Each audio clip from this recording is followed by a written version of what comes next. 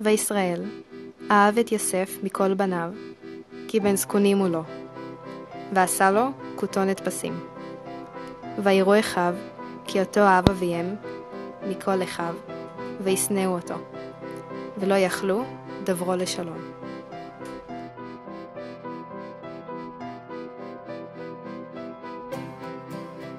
ויחלום יוסף חלום, ויגד לאחיו, ויוסיפו עוד לשנוא אותו. ויאמר אליהם, שימו נא החלום הזה אשר חלמתי.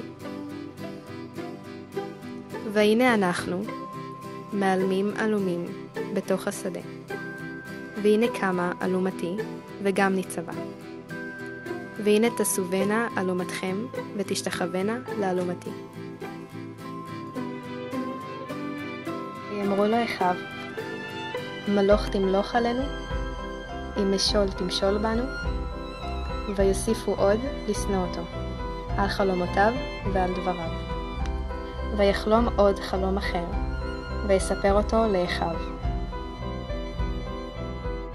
ויאמר, הנה חלמתי חלום עוד, והנה השמש והירח, ו11 כוכבים משתחווים לי. ויספר אל אביו ואל אחיו, ויגר בו אביו, ויאמר לו, מה החלום הזה אשר חלמת? אבוא נבוא אני ואמך ואחיך להשתחוות לך ארצה? ויקנאו בו אחיו, ואביו שמר את הדבר. ויאמר ישראל אל יוסף, הלא אחיך רואים לשכם, לך ואשלחך אליהם. ויאמר לו, הנני. ויאמר לו, לך נא ראה את שלום אחיך ואת שלום הצאן, והשיבני דבר.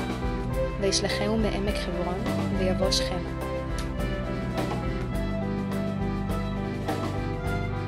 ויראו אותו מרחוק, ובטרם יקרב אליהם, ויתנכלו אותו לעמיתו. ויאמרו, איש אל אחיו, הנה בעל החלומות על הזה בא.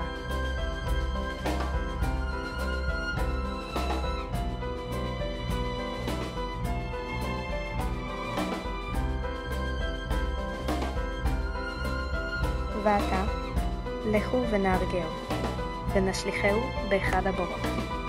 ואמרנו, חיה רעה אכלתיו, ונראה מה יהיו חלומותיו. ויהי כאשר בא יוסף אל אחיו, ויפשיטו את יוסף, את כתונתו, את כתונת הפסים, אשר עליו.